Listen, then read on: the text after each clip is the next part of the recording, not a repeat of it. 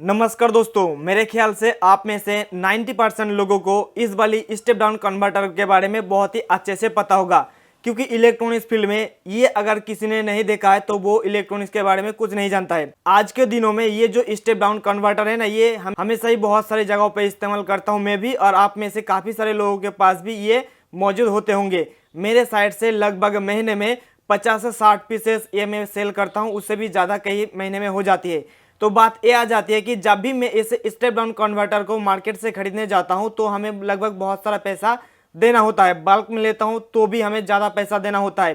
फिर मेरे दिमाग में एक ख्याल आया कि क्यों ना हम अपने लैब पर ही इसको अपने वर्जन में बनाया जाए, वो भी सस्ते में, ताकि आप लोगों को भी मैं दे पाऊँ। तो आज की इस वीडियो में मैं आप लोगों को दिखाऊंगा कि इस टाइप का बक कन्वर्टर को कैसे बनाया जाता है अपने लैब पर, अपने घर पर, अपने दुकान पर। आप भी इस टाइप का कोई भी डिवाइस या कोई भी कंपोनेंट्स या कोई भी मॉड्यूल बनाना चाहते हो तो इस वाली वीडियो को देखने के बाद आपके मन में जो भी क्वेश्चन है वो दूर हो जाएंगे कि इस टाइप का चीज को कैसे बनाया जाता है।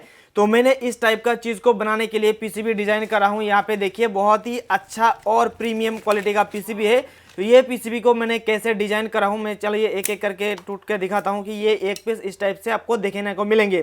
तो इस पीसीबी को मैं डिजाइन करने से पहले क्या क्या कुछ करा था, और आप भी अगर इस टाइप का कोई भी चीज़ बनाना चाहते हो तो आप कैसे कर सकते हो। तो सबसे पहले मैंने देखा कि ये वाली जो हमारा स्टेप डाउन कन्वर्टर है, इसके अंदर जो एडजस्टेबल रेगुलेटर लगा हुआ है, इसका नंबर मैंने देखा।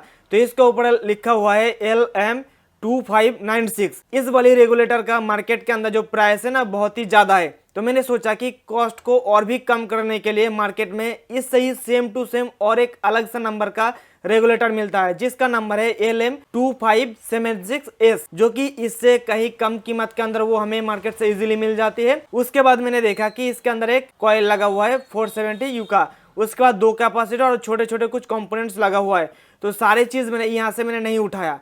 मैंने देखा कि ये वाली जो रेगुलेटर है, इसके जगह पे हमने क्या करा कि एक दूसरा नंबर का रेगुलेटर को हमने चूज करा, जिसका नंबर था LM2576। तो सबसे पहले हमने क्या करा कि LM2576S का जो डेटा सेट है ना, उस डेटा सेट को हमने डाउनलोड करा उसका ऑफिशियल वेबसाइट से। उसके बाद मैंने उस डेटा सेट के ऊपर स्टडी करा और थोड़ा सा रिसर्च करा, और रिसर्च करने के बाद मुझे पता चला है कि ये वाली जो रेगुलेटर है ना, इसका भी क्षमता उतना ही है जो कि हमें LM2596 के अंदर देखने को मिलता है। तो इसका डेटा सेट के अंदर ही हमें मिल गया है इसका सर्किट डायग्राम। अगर हमें इसको एडजस्टेबल तरीके से करना है या हमें कोई फिक्स आउटपुट वोल्टेज चाहिए, तो उसके लिए हमें उस डेटा सेट के अंदर ही सर्किट डायग्राम मिल गया है। तो मैंने इस सर्किट डायग्राम को क्या करा कि सर्किट डायग्राम को लेकर मैंने गया easyeda.com के ऊपर। easyeda में क्या करता हूं कि जितने भी पीसीबीज मैं अपने लैब पर बनाता हूं या लैब पर डिजाइन करता हूं, वो सारे के सारे पीसीबी को डिजाइन करता हूं easyeda.com के ऊपर। तो मैंने एक प्यारा सा, एक अच्छा सा, बढ़िया क्वालिटी का पीसीबी को डिजाइन करा। आप देख सकते हो इसका 3D लुक। तो इसको डिजाइन करने के बाद की पीसीबी का जो गर्वर फाइल है ना, उस गर्वर फाइल को हम लोग डाउनलोड कर लिया। गर्वर फाइल को डाउनलोड करने के बाद मैं गया JLC पीसीबी पर। मैं आपको बता देना चाहूंगा कि इस वीडियो को भी स्पॉन्सर किया है JLC पीसीबी ने। JLC पीसीबी एक बहुत बड़ी कंपनी है। इस कंपनी में आपको प्रोटोटाइप पीसीबी सर्विस भी मिल जाएंगे, SMT सर्विस भी मिल जाएंगे, उसके साथ ही साथ आपको 3D प्रिंटिंग सर्विस भी मिल जाएंगे। तो अगर आप 3D प्रिंटिंग, SMT असेंबली या कोई प्रोटोटाइप पीसीबी प्रिंट करवाना चाहते हो तो आप JLC पीसीबी विजिट कर सकते हो। हमेशा की तरह इस बार भी JLC पीसीबी के द्वारा हमारे पास पीसीबी को भेजा गया है, और JLC पीसीबी का जो पीसीबी क्वालिटी है ना, वो एकदम वर्ल्ड क्लास क्वालिटी का होता है, बहुत ही मक्खन जैसा होता है।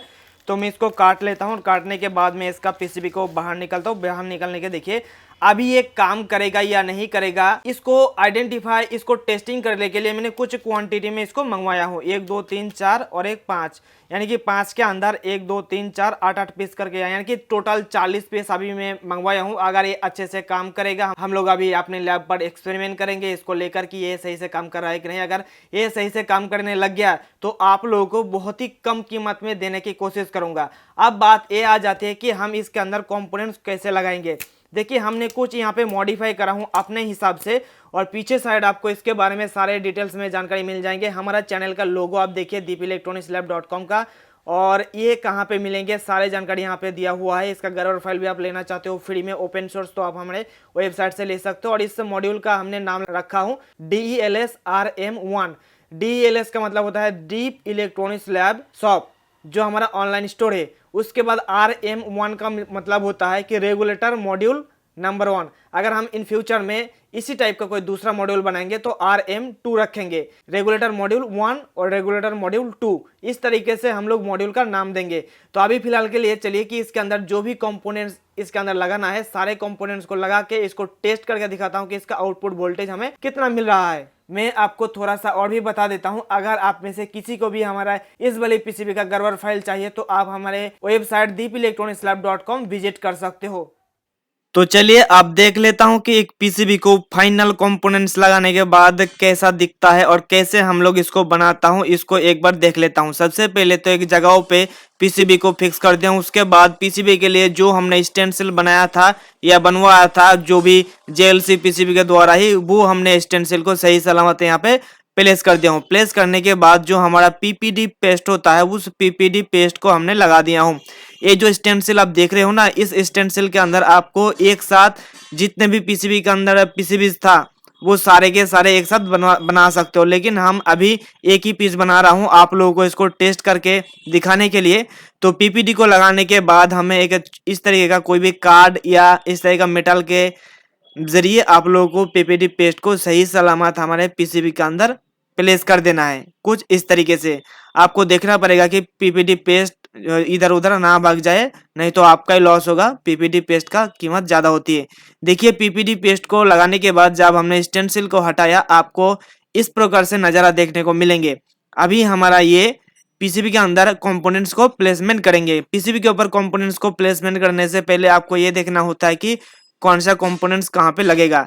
देखिए हम लोग एक एक करके सारे कंपोनेंट्स को यहाँ पे प्लेस कर देंगे। फिलहाल के लिए हम जो कंपोनेंट्स को इस्तेमाल कर रहा हूँ उसका साइज छोटा है, क्योंकि जब हम इसको डिजाइन करा था easyeda.com के ऊपर तो उस समय हमने पीसीबी का जो कंपोनेंट्स अभी लगा रहा हूँ उसका 1206 साइज दिया था।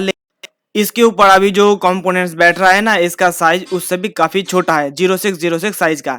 तो एक एक करके सारे कंपोनेंट्स हम लोग यहाँ पे अपने जगह पे प्लेस कर दिया हूँ। और प्लेस करने के बाद जो है इसको हमें मेल करना होता है। मेल्ट मतलब होता है कि इसको सोल्डर करना होता है।